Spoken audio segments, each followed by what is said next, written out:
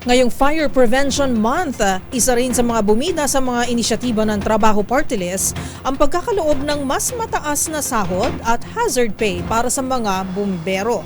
Ang paliwanag ng partido alamin sa report ni Edniel Parosa.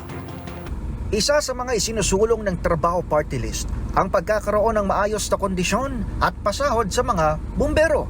Ginawa ng grupo ang pahayag kasabay ng paggunita ng Fire Prevention Month ngayong Marso. Ayon kay Trabaho Party List spokesman Attorney Michelle David Espiritu, mahalaga ang ginagampan ng papel ng mga pamatay sunog upang matiyak ang kaligtasan ng publiko.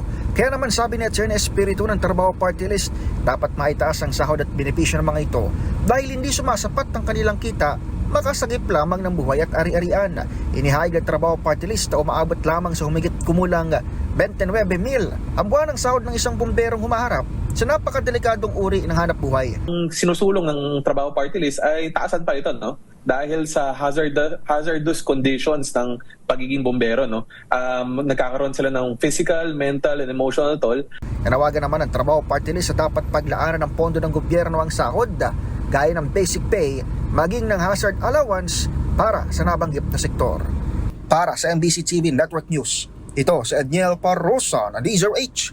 Una sa Pilipinas, una sa Pilipino.